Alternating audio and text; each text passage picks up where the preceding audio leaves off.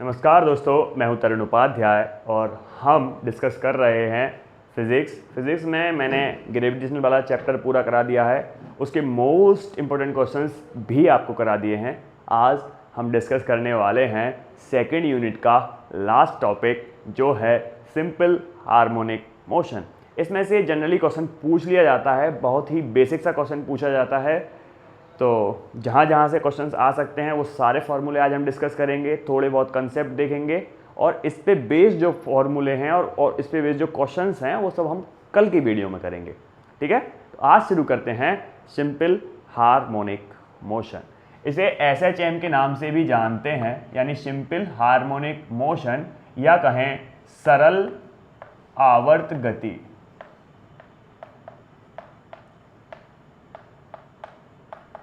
ठीक है, तो इसमें ये सरल आवर्त गति आई कहाँ से, है ना। तो सबसे पहले आए ऑसिलेशंस।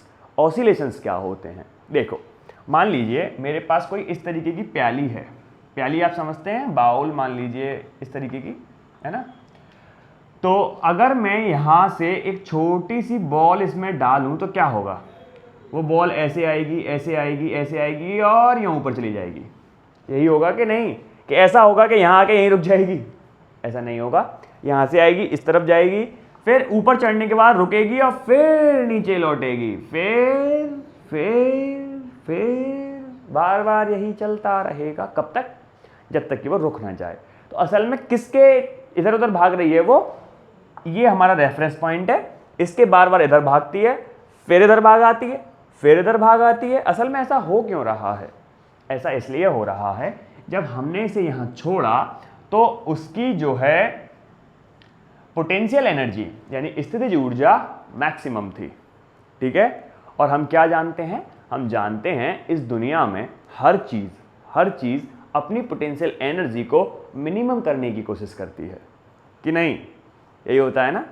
इस दुनिया में जितनी भी सारी चीज़ें हैं वो अपनी स्थितिज ऊर्जा को यानी पोटेंशियल एनर्जी को मिनिमम करने की कोशिश करेगी। ये भी इसे मिनिमम करने की कोशिश करेगी।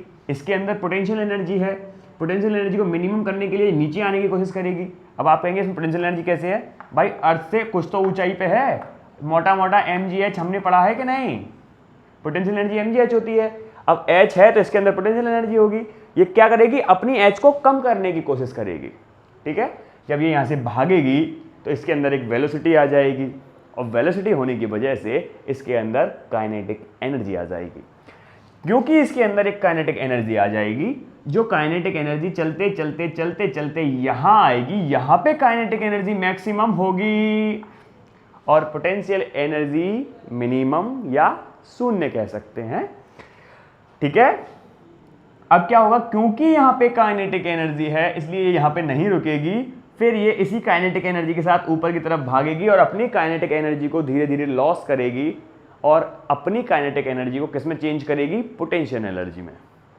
फिर वही इसकी काइनेटिक एनर्जी खत्म हो जाएगी, यहाँ पोटेंशियल एनर्जी हो जाएगी, फिर ये मिनिमम करने की कोशिश करेगी, फिर काइनेटिक एनर्जी, यानी ये वाला प्रोसेस चलता रहता है। ठीक है, फिर आप कहेंगे कि जब काइनेटिक एनर्जी पोटेंशियल एनर्जी में चेंज हो रही है, पोटेंशियल एनर्जी काइनेटिक एनर्जी में चेंज हो रही है, भाई रुक क्यों जाती है? असल में 100% पोटेंशियल एनर्जी 100% काइनेटिक एनर्जी में चेंज नहीं हो रही है।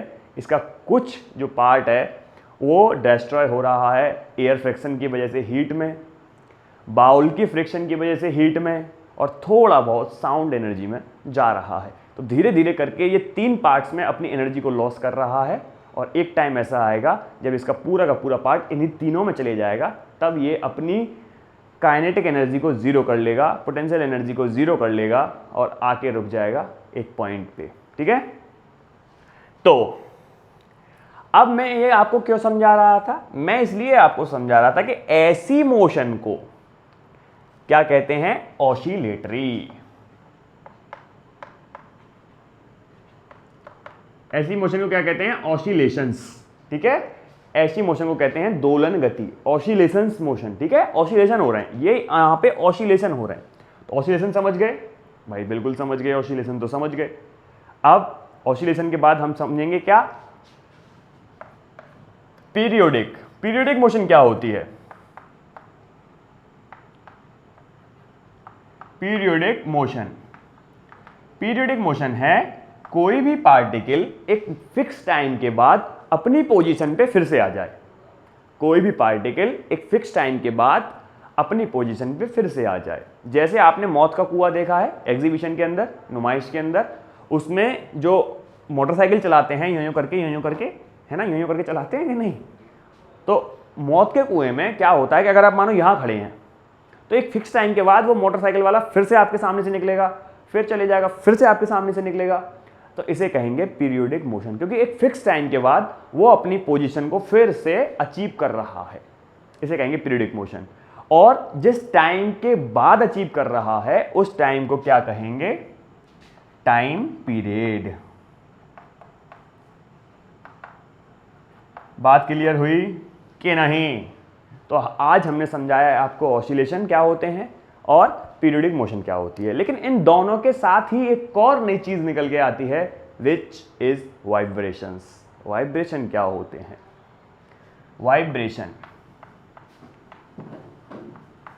इन्हें कहते हैं हिंदी में कंपन। ये कंपन क्या होते हैं? वाइब्रेशंस और ऑसिलेशंस ऑलमोस्ट एक जैसे होते हैं। बस अंतर कितना होता है इतना मानिए, आप एम्पलीट्यूड समझते हैं, आयाम समझते हैं, नहीं समझते तो ऐसे मान लीजिए कि मेरे पास 1 मीटर लंबा धागा है, ठीक है। 1 मीटर लंबे धागे को मैं यहाँ टांग दूँ, एक सिरे को यहाँ टांग दूँ, दूसरे सिरे को एक बॉल से बांध के और फिर इसे मोशन कराऊँ, तो यहाँ पे जो ऑसिलेशन होंगे वो बड़े देर में होंगे, बहुत देर में होंगे, है ना।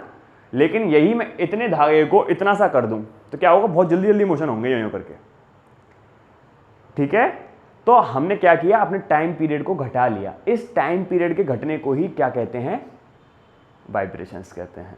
तो यानी वाइब्रेशंस के लिए हमें क्या करना पड़ेगा? वाइब्रेशंस के लिए हमें अपने एम्पलीट्यूड को कम करना पड़ेगा। क्योंकि हम अपने एम्पलीट्यूड को कम कर रहे हैं इसलिए क्या होगा? उसका टाइम पीरियड कम हो जाएगा।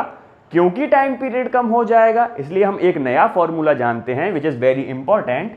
एफ यानी फ्रीक्वेंसी, कुछ लोग इसे एन भी लिखते हैं, इक्वल टू 1/t। इसका क्या मतलब है? इसका मतलब यह है कि अगर t घटेगा, टाइम पीरियड घटेगा तो फ्रीक्वेंसी बढ़ेगी। तो जहां पे वाइब्रेशंस होंगे उनकी फ्रीक्वेंसी बहुत तेजी से होगी, ठीक है। अच्छा, तो हमने समझ लिया भाई ऑसिलेशन क्या होते हैं, पीरियडिक मोशन क्या होती है, वाइब्रेशन। अब हमें सिंपल हार्मोनिक मोशन समझाओगे? ये क्या चक्कर है? सिंपल हार्मोनिक मोशन का मतलब ये है कोई भी ऐसी पीरियोडिक मोशन जिसमें जो पार्टिकल है वो एक सिंपल यानी एक लाइन के अलोंग ही बार बार अपनी मोशन को रिपीट करता रहे, वहां हम सिंपल हार्मोनिक मोशन कहेंगे, ठीक है। सिंपल हार्मोनिक मोशन समझ गए? मैंने कहा कि ये एक पीरियोडिक मोशन का स्पेशल टाइप है ना। कब? जब वो एक लाइन के अलोंग, सिंपली एक लाइन के अलोंग बार बार अपनी पोजीशन को रिपीट करता रहे, उस मोशन को कहेंगे सिंपल हार्मोनिक मोशन। अब एक क्वेश्चन आता है, क्वेश्चन ये है, क्या सारी periodic motion simple harmonic motion होती हैं? क्वेश्चन है, क्या सारी पीरियोडिक मोशन, सारी आवर्त गति सिंपल हार्मोनिक मोशन होती हैं, सरलावर्त गति होती हैं? क्या सारी periodic motion simple harmonic motion होती हैं? दूसरा क्वेश्चन है, क्या सारी simple harmonic motion periodic motion होती हैं? बताइए। ये क्वेश्चन मैं आपको होमवर्क में देता हूं, जरा किताबें भी खोल लिया करोगे, ऑनलाइन पे ही डिपेंड रहोगे। क्वेश्चन है, क्या सारी periodic motion simple harmonic motion होती हैं? नंबर 2, क्या सारी simple harmonic motion periodic motion होती हैं? आपको ये जान के फिर पता चल जाएगा कि अच्छा ये पीरियोडिक मोशन है, ये सिंपल हार्मोनिक मोशन है। थोड़ी बहुत किताबों को भी खंगालो, थोड़ा बहुत इंटरनेट का भी इस्तेमाल करो, इस फोन का कभी कभी सही भी इस्तेमाल कर लिया करो, ठीक है। तो अब आप समझ गए होंगे सिंपल हार्मोनिक मोशन क्या है, और जो थोड़ा बहुत कंसेप्ट है, जैसे ही आप इन दोनों क्वेश्चन के आंसर्स ढूंढेंगे आपको क्लियरली पता चल जाएगा कि सिंपल हार्मोनिक मोशन क्या है। अच्छा, सिंपल हार्मोनिक मोशन की कुछ कंडीशंस होती हैं, ठीक है। तो मैं कंडीशंस के लिए जगह नहीं बची है, मैं यहां लिख दूं, कंडीशन ऑफ SHM। क्या है कंडीशन सिंपल हार्मोनिक मोशन की? तो आपको दो मोटी मोटी याद रख लीजिए, मोटी मोटी कंडीशंस याद रख लीजिए। कंडीशन नंबर 1, इस पे जो फोर्स लगता है जिसे रिस्टोरिंग फोर्स कहते हैं, प्रत्यानयन बल कहते हैं, उसकी डायरेक्शन हमेशा opposite to the direction of displacement. समझ गए? जैसे मान लीजिए ये हमारे पास कोई सिंपल पेंडुलम है, अगर ये इस किसी टाइम पे यहाँ पे है तो इसकी उसकी डिस्प्लेसमेंट की डायरेक्शन किधर हो गई? इधर। लेकिन फोर्स किस तरफ लगेगा? इस तरफ। यानी फोर्स की डायरेक्शन हमेशा किस तरफ होगी? डिस्प्लेसमेंट के अपोजिट। ठीक है, तो एक कंडीशन तो ये हो गई, यानी F is proportional to -x। इस पे बहुत क्वेश्चंस आते हैं, इसलिए आपको ये याद रखना है। दूसरी क्या है? इसका जो एक्सेलरेशन होगा वो हमेशा किस तरफ होगा? Toward the mean position. Acceleration किस तरफ होगा? A is toward mean position. MP मतलब मीन पोजीशन। तो इसका जो एक्सेलरेशन होगा वो हमेशा किस तरफ होगा? इसकी मीन पोजीशन की तरफ। क्लियर है मामला कि नहीं? ठीक है। और इसकी एक और कंडीशन है क्या, जो मैं अभी आपको क्वेश्चन पूछा है वही है कि जो सिंपल हार्मोनिक मोशन है वो हमेशा क्या होनी चाहिए? पीरियोडिक। वो हमेशा पीरियोडिक मोशन होनी चाहिए। इसकी ये 3 कंडीशंस हैं, और छोटी मोटी कंडीशन है उसका हमें कोई मतलब नहीं है। ठीक है, F इज प्रोपोर्शनल टू इसके डिस्प्लेसमेंट के माइनस में होना चाहिए, A is toward MP SHM periodic होनी चाहिए। अब यहाँ पे क्वेश्चन आता है, अगर मैं आपके सामने ये लिख दूं F is proportional to -x² या kx² लिख देता हूं, चलो प्रोपोर्शनल हटा ही देते हैं, F equal to kx² minus में। अब मुझे बताइए क्या ये सिंपल हार्मोनिक मोशन है या नहीं? ये सवाल बहुत अच्छा है। आप सिंपल हार्मोनिक मोशन पूरा पढ़ लेंगे लेकिन इस क्वेश्चन का जवाब नहीं दे पाएंगे। क्यों? देखो, देखने में तो ऐसा लग रहा है कि ये सिंपल हार्मोनिक मोशन है, लेकिन असल में ये सिंपल हार्मोनिक मोशन नहीं है। क्यों? क्योंकि मैंने आपको बताया है कि फोर्स की जो डायरेक्शन है वो हमेशा कहाँ होगी? Opposite to the displacement. अब मान लीजिए कि यहाँ पे मैं डिस्प्लेसमेंट की वैल्यू रख दूँ +1। जब मैं +1 रखूंगा तो F की डायरेक्शन माइनस में है, ये तो करेक्ट है, ये तो कंडीशन को फॉलो कर रहा है। लेकिन अगर मैं x की वैल्यू -1 रख दूं तब भी सेम वही कंडीशन आएगी, माइनस वाली, है ना? और इस केस में यानी इन दोनों का आंसर सेम ही आएगा ना, जबकि अपोजिट आना चाहिए।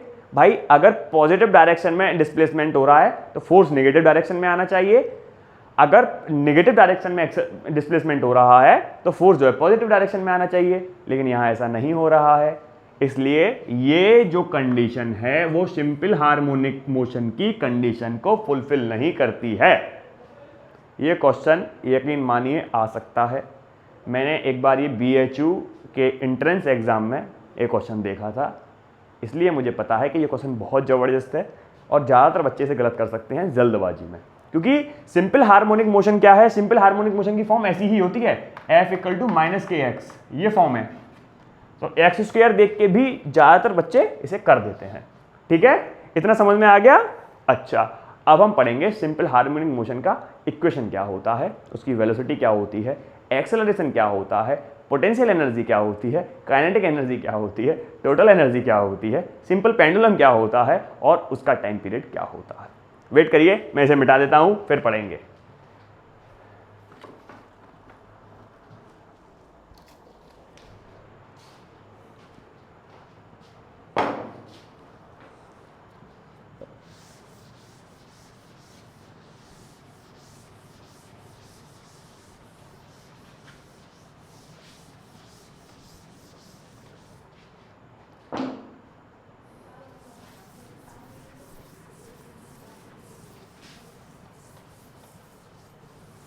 हाँ भाई, चौक कहाँ गई? ये रही। तो अब पढ़ेंगे सिंपल हार्मोनिक मोशन की इक्वेशन क्या होती है। सिंपल हार्मोनिक मोशन की इक्वेशन सिंपल ही होती है, x इक्वल टू a, कुछ हमें बड़ा भी है, कुछ हमें कैपिटल A भी लिख रहा है कुछ बुक्स में, a sin ωt। ठीक है, आपको बताना है कि साइन फंक्शन जो होता है उसका ग्राफ कैसे बनता है। मैं आपको 2 ऑप्शन दे रहा हूं, पहला और दूसरा। आपको बताना है साइन फंक्शन जो होता है उसका ग्राफ कैसे बनता है। देखो ये बहुत छोटी छोटी चीज़ें हैं लेकिन आपको आनी चाहिए, है ना? बहुत छोटी छोटी चीज़ें हैं जो आपको आनी ही चाहिए, क्योंकि क्वेश्चन का कुछ नहीं पता कि वो कहाँ से पूछेगा। इसलिए ये छोटी छोटी चीज़ें हमेशा आपके पास रहेंगी, तो इनसे आप कनेक्ट करके और क्वेश्चन सॉल्व कर सकते हैं। खैर, मुझे आंसर करिएगा। इसे मैं ए ऑप्शन दे देता हूँ, इसे मैं बी ऑप्शन दे देता हूँ, आप बताइए क्या ऑप्शन है। दूसरी बात यह है कि ऑप्शन देते टाइम आप उसे लिख दिया करिए कि इस क्वेश्चन का आंसर ए है। मैं पूरी वीडियो में 5-6 क्वेश्चन पूछता हूँ और आप ए बी सी करके आंसर दे देते हैं, मुझे क्या पता आप किस क्वेश्चन का आंसर दे रहे हैं। ठीक है, तो क्वेश्चन लिखने के बाद कि इसका आंसर ए है या बी है। अच्छा, ये तो हो गया क्या, इसका इक्वेशन किसका, सिंपल हार्मोनिक मोशन का। अब अगर आपको वेलोसिटी निकालने को कह दिया जाए तो वेलोसिटी क्या होती है, dx अपॉन dt। कर दो dx upon dt, differentiate with respect to t, कर दो, क्या होगा, a कांस्टेंट है तो a तो यहीं रहेगा, जब इसका करेंगे तो ओमेगा बाहर आ जाएगा, साइन का कॉस हो जाएगा, a omega cos omega t। ठीक है, तो v इक्वल टू, या तो आप ये लिख सकते हैं v equal to a omega cos omega t, अगर इससे काम बन जाता है आपका। अगर नहीं बन रहा है तो इसे कन्वर्ट करिए, a ओमेगा अंडर रूट के अंदर 1 minus sine square omega T, a को अंदर भेजिए, a square minus a square sine square omega T equal to क्या हो जाएगा, ये वाली टर्म क्या बन गई, एक्स स्क्वायर, तो a square minus X square, v equal to omega under root A square minus X square. ठीक है, अब अगर आपको एक्सेलरेशन निकालना पड़ जाए तो आप फिर से डिफरेंशिएट कर दीजिए इसको, इस वाली टर्म को कर दूं, मैं इधर कर देता हूं, a equal to D V upon D T, यानी जब इसको करेंगे तो क्या आएगा, a ओमेगा और इसका एक और ओमेगा आ जाएगा, यानी ओमेगा स्क्वायर हो जाएगा। जब कॉस का डिफरेंशिएट करेंगे तो माइनस आएगा किसमें, साइन में, माइनस साइन ओमेगा टी। ठीक है, और ये देखो कितना सिंपल आ गया, माइनस ए को इधर ले जाओ, ए साइन ओमेगा टी क्या हो जाएगा, ओमेगा स्क्वायर एक्स। ये इसका एक्सेलरेशन आ गया। ठीक है, तो ये आ गई वेलोसिटी, ये आ गया इसका एक्सेलरेशन। तो सिंपल हार्मोनिक मोशन में किसी भी पार्टिकल की वेलोसिटी कैसे निकालते हैं, सिंपल हार्मोनिक मोशन में किसी भी पार्टिकल एक्सेलरेशन कैसे निकालते हैं, वो ये है। ठीक है, अब आती हैं इनकी एनर्जीज में यहां निकाल दूं एनर्जी। सबसे पहले है potential energy. Potential energy U equal to होता है हाफ के ओमेगा स्क्वायर एक्स स्क्वायर, के की जगह ए लिख लो। और काइनेटिक एनर्जी क्या होती है, काइनेटिक एनर्जी होती है हाफ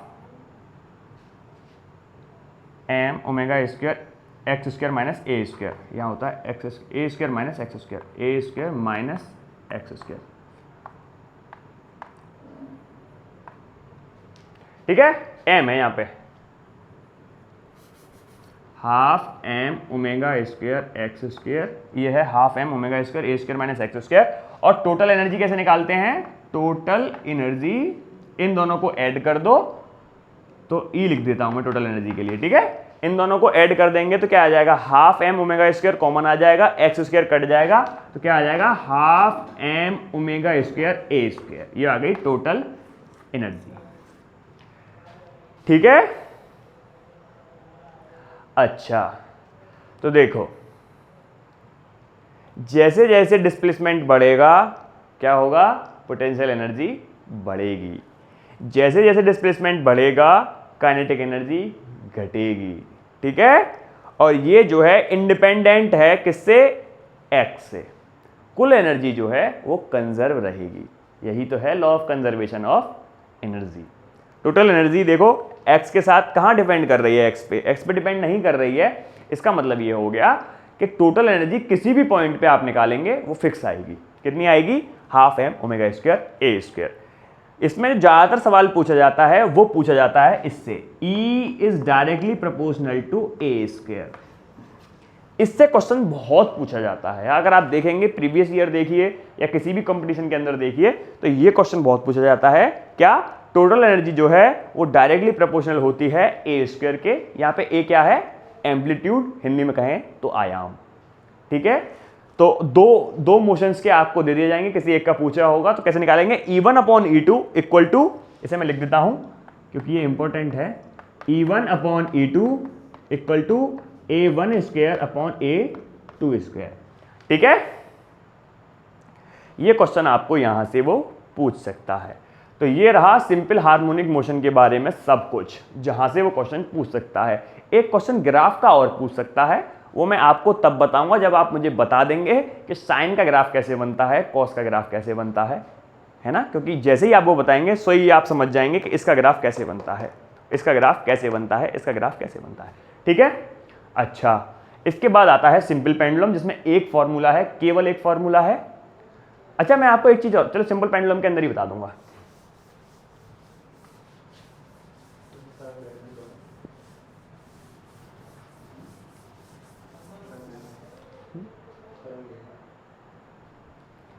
हाँ भाई, देखिए सिंपल पेंडुलम आप जानते ही हैं, उसमें खास कुछ है नहीं। वैसे ये सिंपल पेंडुलम बन गया।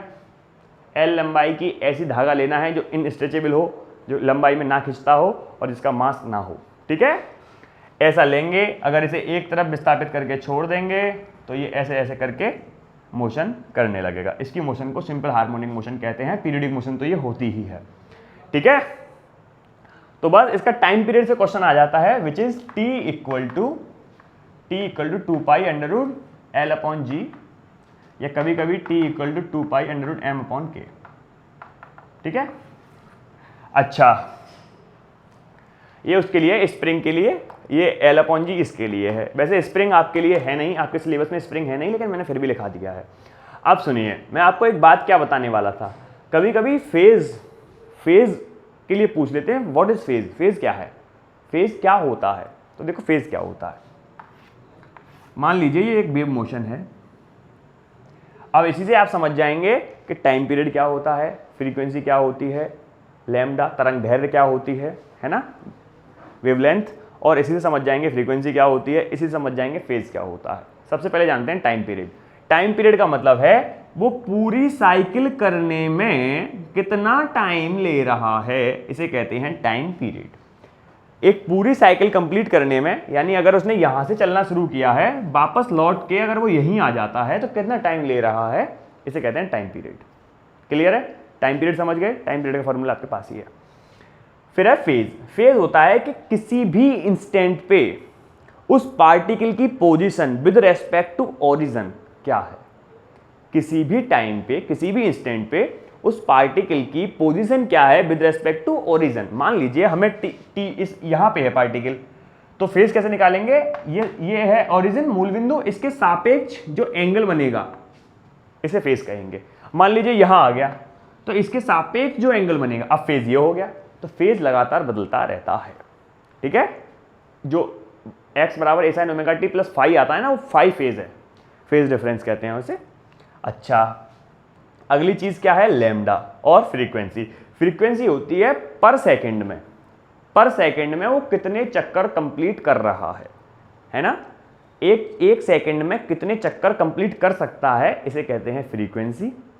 और वेवलेंथ क्या होती है? वेवलेंथ होती है एक टाइम पीरियड में कितना लंबा चला। मान लीजिए यहां से यहां तक चल गया तो इसे एक लैम्डा कहेंगे। लैम्डा यानी इसकी वेवलेंथ ये हो गई। एक टाइम पीरियड पूरा कंप्लीट करने में वो कितनी दूर तक गया, इसे कहेंगे इसकी वेवलेंथ। क्लियर है मामला? फ्रीक्वेंसी में आपको बता ही चुका, फ्रीक्वेंसी का फॉर्मूला भी मैं आपको बता चुका हूं, F equal to 1/T। T की वैल्यू यहां से रख दीजिएगा।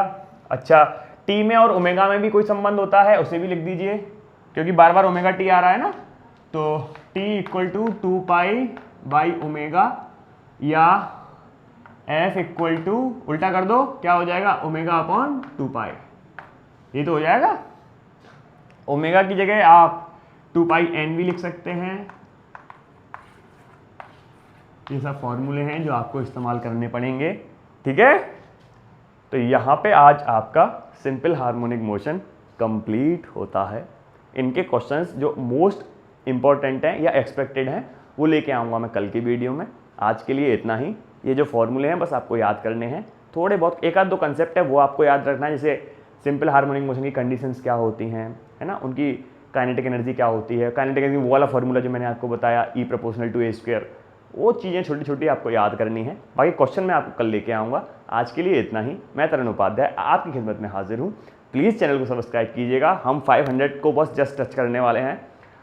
चैनल बहुत ठीक चल रहा है, आप लोगों का सपोर्ट ठीक ठाक मिल रहा है, बस थोड़ा सा और इसे बूस्ट मिल जाए तो मज़ा आ जाए। ठीक है, मिलते हैं कल यानी न्यूमेरिकल्स के साथ। आज के लिए इतना ही। Good bye.